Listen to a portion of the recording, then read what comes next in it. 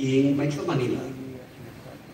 The Chico River Pump Irrigation Project, expected to be completed end of this year, will irrigate 8,700 hectares of farmland in the Cagayan and Kalinga provinces and improve crop yield.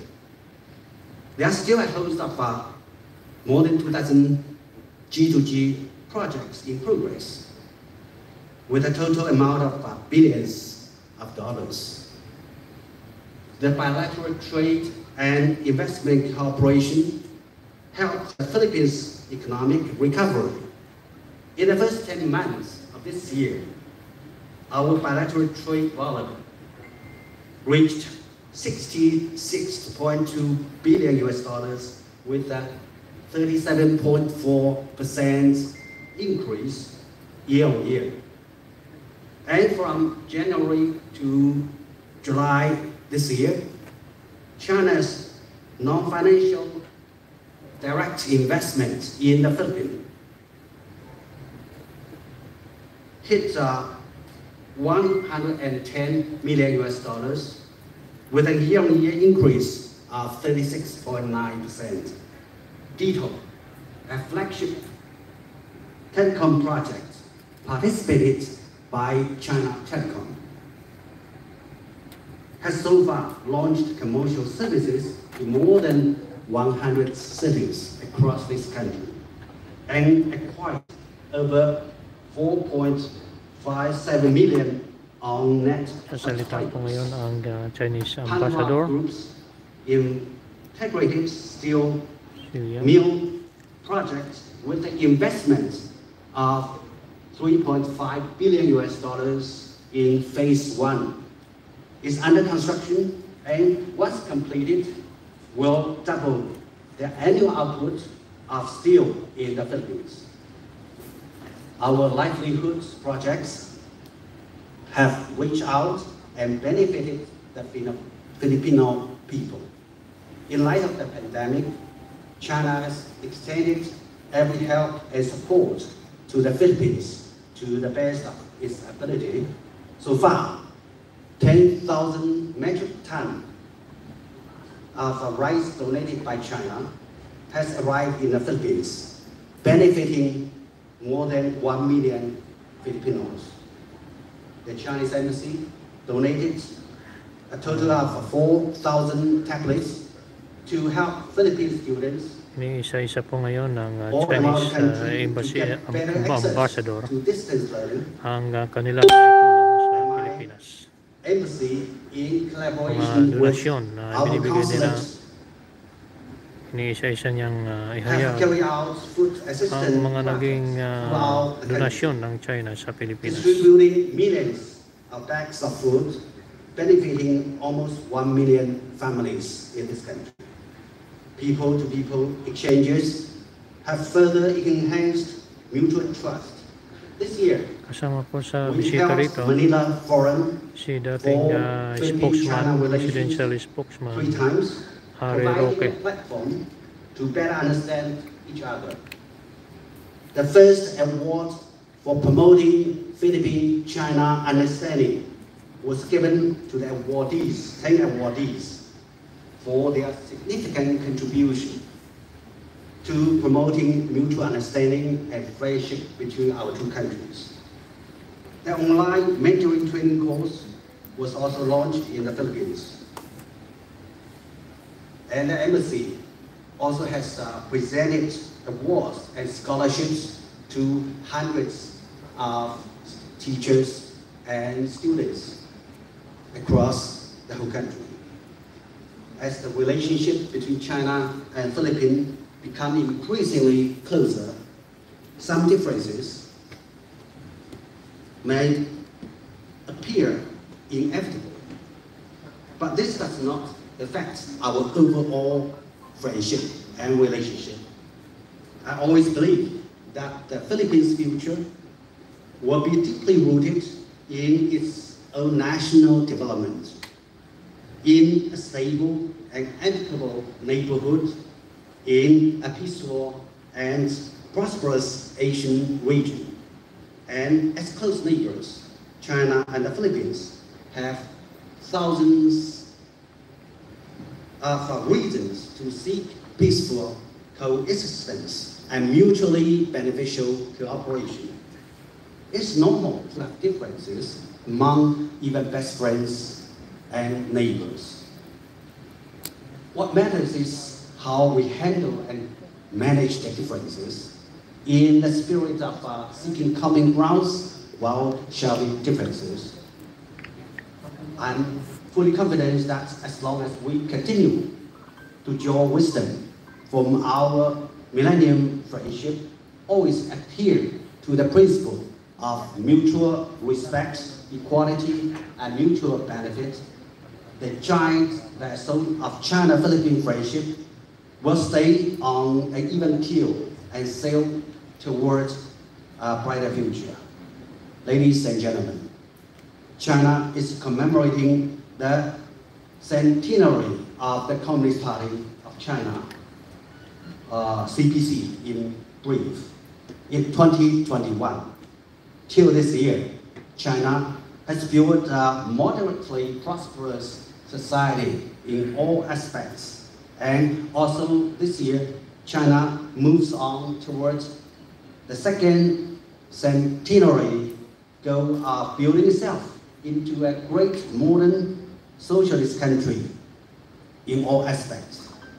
A full review of the major achievements and historical experiences over the past century has revealed why CPC was successful in the past and how can CPC achieve success in the future. The CPC always represents the fundamental interest of all peoples of China, and its endeavors over the past century have fundamentally transformed the future of the Chinese people and also produced a profound influence on the course of the world history. The CPC is a willing force that represents the overall interest of its people. It has no special interest of its own, nor has it ever represented the interest of any individual interest group, any power group, or any privileged stratum. China has summed up its unique experience in realizing its modernization. That is, China's development must be deeply rooted in Chinese society and its national conditions, while getting useful experiences from other countries at the same time. Guided by such belief, China has completed a process of industrialization that took developed countries several centuries in a space of mere decades. Till now, we are the world's second largest economy, while per capita GDP has topped more than $10,000 US. Over the past 4 decades, more than 750 million Chinese have risen above poverty, including myself, contributing to over 70% to the world's poverty reduction. China has developed a whole process of people's democracy. It includes electoral democracy and consultative democracy. That means getting opinions from broadest masses of the people to reach a consensus. Through this process, procedural democracy and result democracy are realized. Both history and reality have fully proved that the whole process of the people's democracy suits well with China's national condition. In several surveys conducted by the Harvard University of the US, the Chinese government has received more than 90% in the people's satisfaction year after year. However, their countries who always want to impose their understanding of democracy on others. The US held the so-called Summit for Democracy, despite widespread opposition among international community. The US put together a summit in the name of democracy, without consulting the international community or coordinating with the United Nations or other international organizations. Half of the world's countries were put into a category of so-called non-democracies, with the Americans own their stake. In the name of the democracy, the US has launched military interventions in Afghanistan and other countries, leading to hundreds of thousands of civilians dead and with displacing tens of millions. Instead of learning lessons and correcting its mistakes, the US has gone even further to instrumentalize and weaponize democracy by committing this summit to side division and confrontation for its political strategy and gain. What is the so-called democracy of the US all about? The true intention of privatizing, politicizing, instrumentalizing, and weaponizing democracy is pushed forwards its geopolitical agenda. Ladies and gentlemen, I think that we are going to receive the best wishes from 3 Filipino athletes after a while. 56 days later, the 24th Winter Olympics will kick off in Beijing, and Beijing will become the world's first city to host both the Summer and the Winter Olympics. We are convinced that under the guidance of the Olympic spirit and with concerted efforts, we will deliver a streamlined, safe, and splendid Olympic Games for the world. I look forward to enjoying the wonderful games with you and wish Michael Martinez participating in the games in Beijing a great success. When athletes and sports fans all over the world are looking forward to the wonderful game, we regret to see that individual countries are politicizing the Beijing Olympic Games. Beijing Olympic Games is not a stage for political posturing and manipulation, but a great gathering for athletes and fans. Those politicians who want to engage in political manipulation or political show, but they are completely looking for a wrong occasion. It will not have any impact on Beijing's success in hosting the Winter Olympic Games. The same motto of the Beijing Winter Olympic, that is, together for a shared future, was spread all over the world and anchored in the hearts of the people across the globe.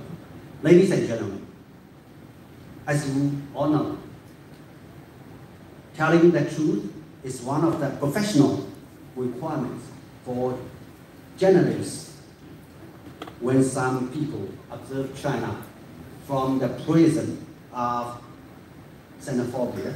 The conclusion they draw my only view is for it. So it is our common responsibility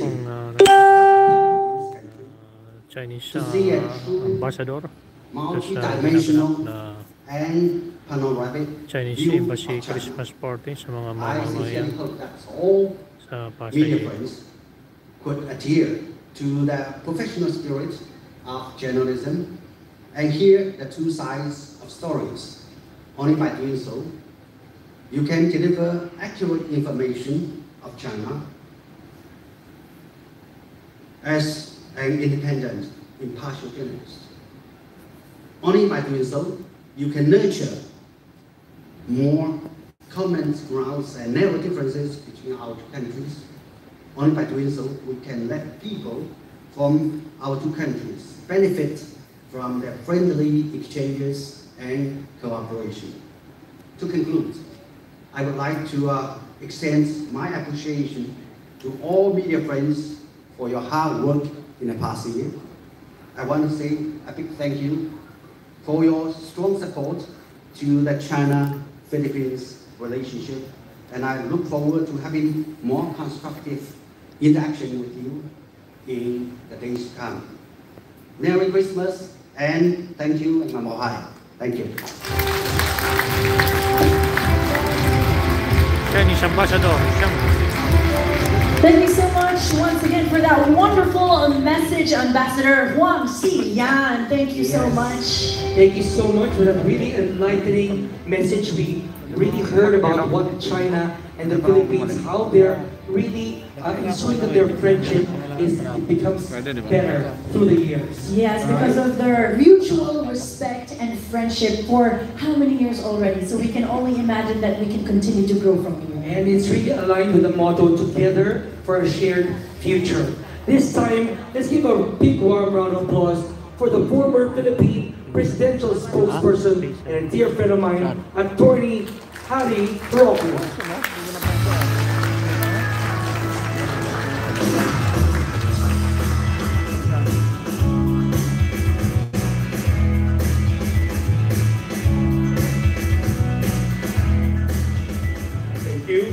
To our hosts, my good friend Tim, Ambassador Wang Xiaolin, Assistant Secretary Kelly Ramos. I think Undersecretary Lorraine Badoy is also present tonight, ma'am. Good friends in the media. I saw Mr. Kamuning Bigshak here, I think. Is my good friend Ellen Tordesillas. Ladies and gentlemen, good evening to all of you. We're actually celebrating 3 events tonight. First, a Christmas, coming as it has 2 years from the pandemic, an actual face-to-face Christmas party. Second, celebration of the role of media in promoting Philippine-Chinese relations, and of course, Philippine-Chinese relations itself. Let me first deal with the fact that we are physically gathered after 2 years in this hall, in this hotel, to celebrate Christmas. As you know, in the 1.5 years that I went back in my capacity as a presidential spokesperson, I've had nothing but criticisms coming from the opposition that the government's COVID response was in fact insufficient. Well, today, facts have proven the critics wrong. Daily cases have fallen to 300 nationally. The positivity rate is under 0.35%. And of course, we know that the entire Philippines is now classified as low risk for COVID. So where was the insufficiency in policy? We celebrate, therefore, tonight a Christmas with a hope that this is only going to be the beginning of many more face-to-face celebrations because the pandemic will soon come to an end. This gives hope, of course, to all Filipinos and all citizens of the world that all hardships will end and things will go back to normal. And certainly, today's gathering is one big proof that we are headed towards that direction. But we're also celebrating the very important role of media, not just in Philippine society, but in promoting and fostering friendships between nations. As you know, in democratic societies, we value free marketplace of ideas, which is why in the Philippines, we value the importance of a free press and a working media.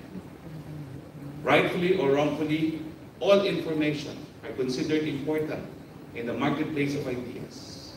As said by one jurist in a case, the true test of truth is the power of a thought to be accepted in the free marketplace of ideas.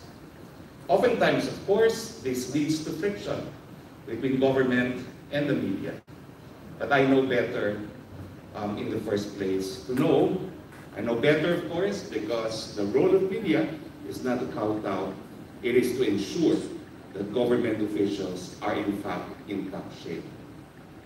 In fostering friendships, of course, it is the media that gives both the Chinese people and the Filipino people insights on the views, perceptions, and even priorities of our respective people. I know that the Chinese embassy has gotten out of its way to promote an exchange of information amongst Filipino and Chinese journalists, and this is very important as we open even a new chapter in our diplomatic relations, which I have characterized when I was presidential spokesperson as actually the renaissance of Philippine-Chinese relations. And of course, we're here tonight also to celebrate this Chinese-Philippine renaissance of relations.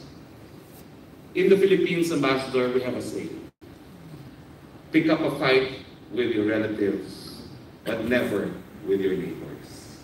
Makipag-away ka na sa iyong kamag-anak, but wag sa iyong kapitbahay. And this is born out of the reality that push comes to shove, relatives may not be there to come to your aid when you are in need. It is oftentimes the neighbor that is able to come to your assistance. Our recent history in the Philippines, of course, with COVID, has proven that China has been the good neighbor that we want her to be. Make no mistake about it. We did not get Western vaccines until they have effectively vaccinated majority of their population. Let us make this very clear. No one else was a priority to the developed Western countries but their own people. All of us that could not afford or could not have access to vaccines, well, so be it. But China, as a good neighbor, shared with us the beginnings of the vaccines that we have since utilized to vaccinate half of our people. And I think the more important note as far as the Chinese participation in their vaccination program is that not just that it provided half of the vaccines that we have utilized, but they have also provided them at a time when we had absolutely no access to any other vaccines. It is true today that with 50% of the vaccines coming from China, that we have vaccinated about 23% of our population using Chinese vaccines. But given the pace when the Chinese vaccines came in relation to the Western vaccines, we probably would only have vaccinated 10% of our population this month had we waited for the Western vaccines to come. Filipinos, though, are also good neighbors, and we never forget good deeds shown to us by our neighbors. And this explains now the current policy of this administration that has considered China as our BFF, our best friend forever in common lingo. Hoping, of course, that this friendship will remain in the coming years despite the challenges that we face, particularly on the matter of territories and sovereignty. Of course, there can be no countries that can claim to have absolutely no problems with their neighbors. We do have problems, but problems can more easily be solved when it is between friends rather than enemies. And that is why in the season of love and peace and hope, one of my Christmas wishes is for this relationship between the Chinese people and the Filipino people to further blossom and to result in a solution to our pending problems in a manner acceptable to both our peoples. Merry Christmas and Happy New Year to all of you. The dating presidential spokesperson, Harry Roque. pakinggan. Thank you so much for those inspiring words, Attorney Harry Roque. You know what he said? We have these face-to-face occasions already. At least it's a step forward towards being quote-unquote normal again. Yes, it's actually very exciting. I'm so happy that I get to see your faces. And definitely, even if you are wearing a mask, I can see how good looking you are tonight. And I know everybody's smiling. Yes. Underneath those masks. Yes, and of course for all of those who are online, thank you so much for being here with us. And please continue to stay active even in the comment section. So ladies and gentlemen, to give another message, we have another person who we would love to hear from. We would like to call on stage the president of the Philippine Skating Union, Miss Nikki Cheng.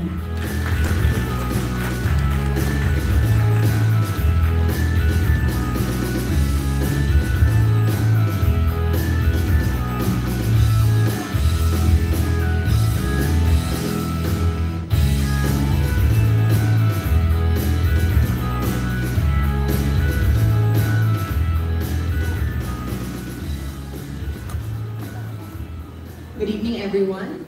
Thank you, Ambassador Huang Xilian, for the invitation in this wonderful event.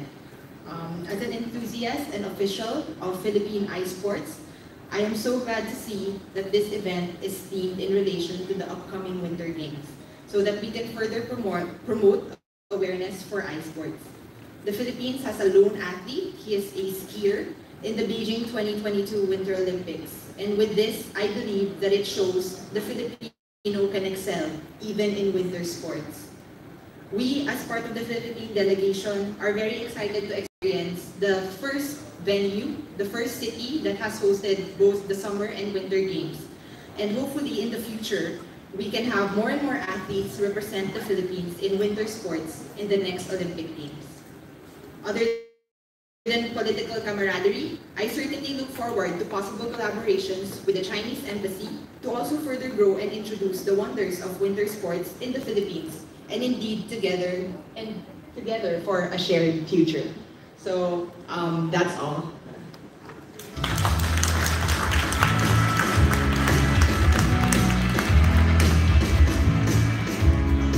Thank you so much for that message, Ms. Nikki. And on that note, this evening we are also very lucky to have with us members of the Chinese Embassy Manila. Let's give them a big warm round of applause. Today we would like to send our appreciation to these hardworking people behind the successful campaigns of the Chinese Embassy of Manila. They worked hand in hand to maintain the great relationship between China and the Philippines. Before we call them up on stage, let us all draw our attention to the board to watch this.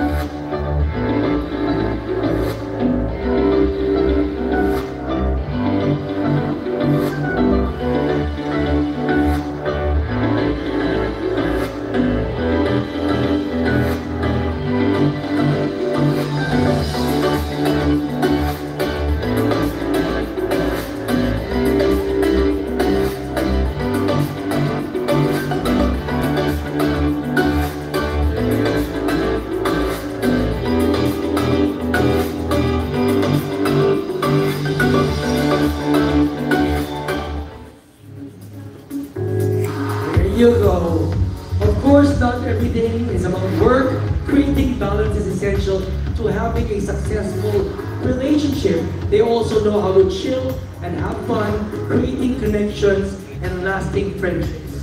Seeing some of these individuals in person is just a wonderful opportunity to thank them for their passion and their commitments. And you can definitely see their passion and commitment in the photos from earlier. They were working together hand in hand with the Filipinos, and of course, this is what we are doing here today, thanking them for their contribution. So we are introducing 4 essential Chinese embassy diplomats who have exerted their efforts above and beyond to bring this connection to greater heights. So we would like to invite them over on stage.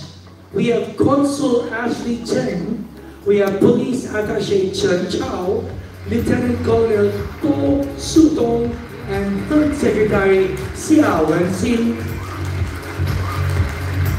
Let's give them a big warm round of applause. Thank you so much once again to our diplomats here in front. So we'll give them the stage to introduce themselves one by one.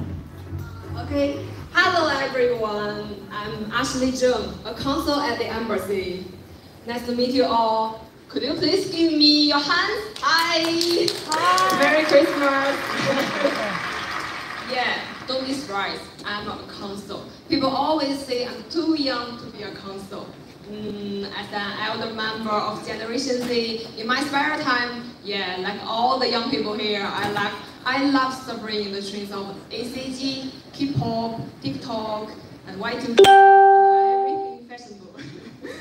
Well, as a consul, I'm serious, professional, and sweet. Maybe someone has saw me at the counter of the embassy reviewing visa applications for Filipinos. Meanwhile, I provide services to Chinese citizens with the help of the police, BI, AKG, and other departments. It's another part of my duty.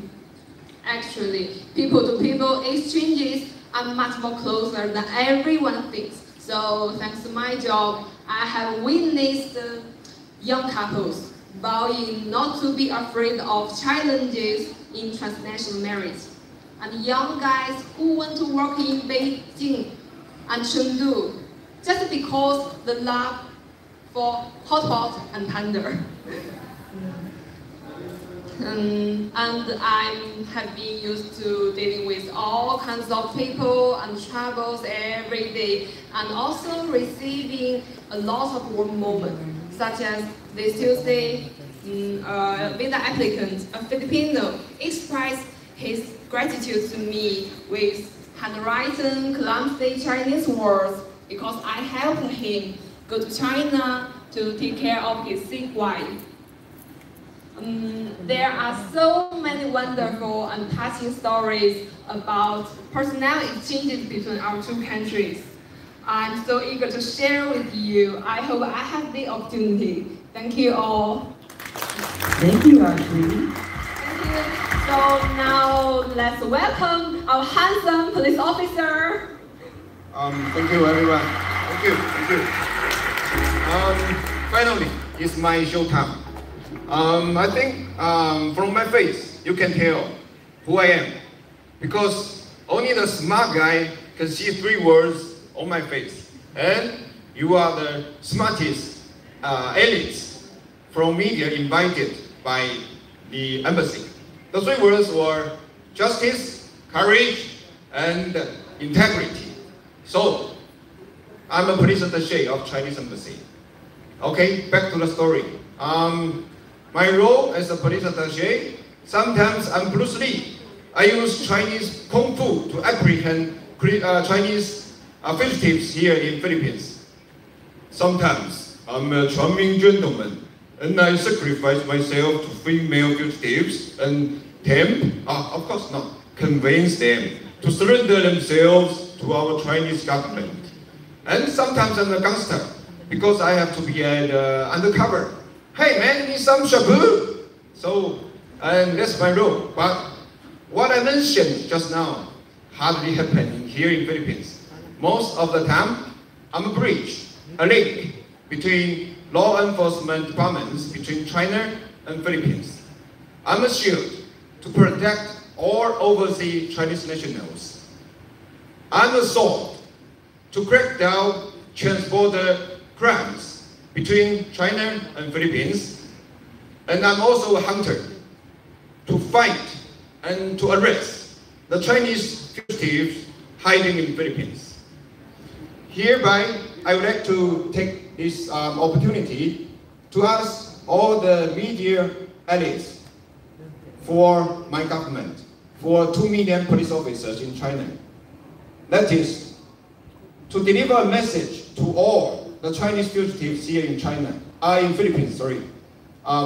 Wherever you are, whoever you are, whenever it is, we will trace you, we will look for you, we will find you, and finally, we will bring you back to justice in China. Thank you. In close, I would like to thank you again and wish you Merry Christmas and enjoy this enthusiastic and sexy night. Thank you. Thank you so much. Definitely, I feel like he's Batman. I will find you. I will get you. Yeah, I love his segue. I will chase you. I will find you. Merry Christmas. Merry Christmas. The words are said to the fugitives, the baguettes, but you are all the Spanish aliens. And you are all good guys, so I will show you, I will extend my Merry Christmas wishes for all of you. Yes. Love that. And we also have our next diplomat right here. Please introduce yourself, sir. Magandang gabi, everyone. Is that correct? Yes, correct. Yeah, but this is only a few Tagalog words I've learned in the past 6 years. So I should learn more. I have been staying here for more than 6 years, and I'm Lieutenant Colonel Dou Xudong, now the officer in charge of the Office of Defense and Armed Forces Attaches in the embassy. And our daily job is to work together with the with our counterpart from Department of National Defense and Armed Forces of the Philippines to make joint efforts, promote mutual trust, exchange, and enhance the bilateral military cooperation, and to forge a friendly relationship between our two armed forces, and also to provide strong support and guarantee to the overall bilateral relationship between our two countries. All those years, under the joint effort from both sides, we have made great progresses in various areas, such like we have Chinese Navy ship port visit in both Davao and Manila. I think I remember it's in 1917 and 1918. And then we have foreign training, foreign military training. Before the pandemic, every year more than 70, around 100 AFP officers went to China for 1 or 2 years training at a different level. And then, of course, several batches of military assistance to the Philippines. Especially during the Marawi siege in 2017, the brave AFP soldiers shot dead the head of the terrorist by using the sniper rifles donated by China. That is a good story mentioned many times by President Duterte. I think even he mentioned that to President Xi during the state visit.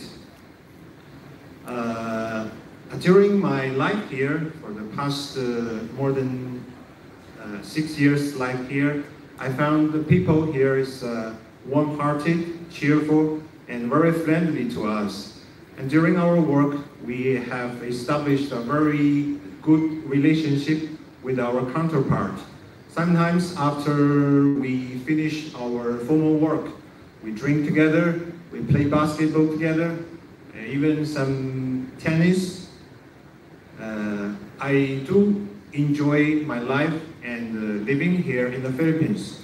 So that's why I stay here for more than nearly 7 years, only 3 months left. And as long as Ambassador Huang allows, I would like to stay here for even longer. Thank you, thank you. And this is a very precious time for me to have this opportunity to meet friends from the media. And then I hope in the future we can have more engagement between each other and make a joint effort to let the public know more about the Chinese PLA and the cooperation what we are pushing through now. Thank you everyone. You know how you can stay longer? You have to marry a Filipino. You know that, right? That's right. Just introduce. Just introduce. Actually, it's really wow. So you can choose one from the single. Who is single and available? We'll check later. Yes. Whoever is single, at least you know we can match you up with someone. And of course, Lieutenant Colonel, as an Army Reservist myself, I'm a First Lieutenant in the Philippine Army Reserve Command. It's really very important for us to continue to learn from one another, sharing knowledge, and to build trust through those activities. It's so important. So thank you so much for being a part of that relationship between China and the Philippines. That's a match right there. Oh, wow. There, right? And now, of course, we have Xia Wenxin. Hello, good evening, everyone. My name is Xia Wenxin. I'm a political officer from the embassy. And my main job is taking care of our bilateral relations and cooperation. And normally, I'm behind the scene, so we don't have much time to communicate with our media people. So today is a very good opportunity. So besides my formal work, I enjoy traveling a lot. And I'm very lucky to have time to travel around before the pandemic.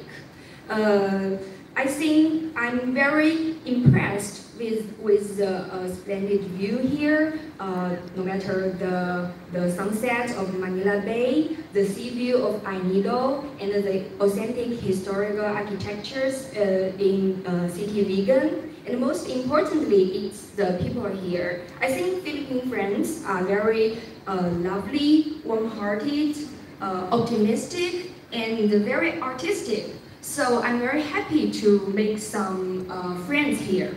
And also, last year, witnessed the friendship between our two peoples and the two countries during our common fight against the COVID-19 pandemic. And I'm also very lucky to participate into this fight, and most importantly, in the future, to ensure the prosperity of lasting friendship. And I know this is the most important festival to all our Philippine friends, the Christmas. And today, I also prepare a small Christmas present to all of you. Do you want to guess what present I prepared? What? Can you take a guess, guys? She has a special gift for all of you guys. Yes? Yes, I heard somebody guess it right. Of course, one of them, our third secretary, Xia Wenxin, has prepared a special performance for us tonight, singing her rendition of Ikaw by Yeng Constantino. Together, let's give Ms. Xia Wenxin a big warm round of applause. Thank you so much once again to our other diplomats. And we will now give the stage to our guest right here. Please give her a warm welcome. Take it away.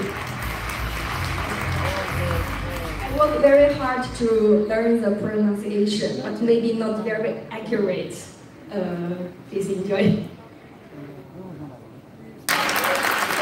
And I wish you all a Merry Christmas. Amazing! Wow, she really learned the song and she sang it so well. Earlier we were talking backstage. They said, if you didn't look on stage, you'd think it was a Filipina singing. Yeah, I thought it was like a Filipina really singing backstage. You can't really tell. So it was a great performance, definitely an occasion worth remembering so far. And if I'm not mistaken, there is a word in Chinese. Is it Yi Kao? Or it's Ni Hao. I was trying to figure out the word that means trust in Chinese, and it just brings out the relationship between China and Philippines, and we are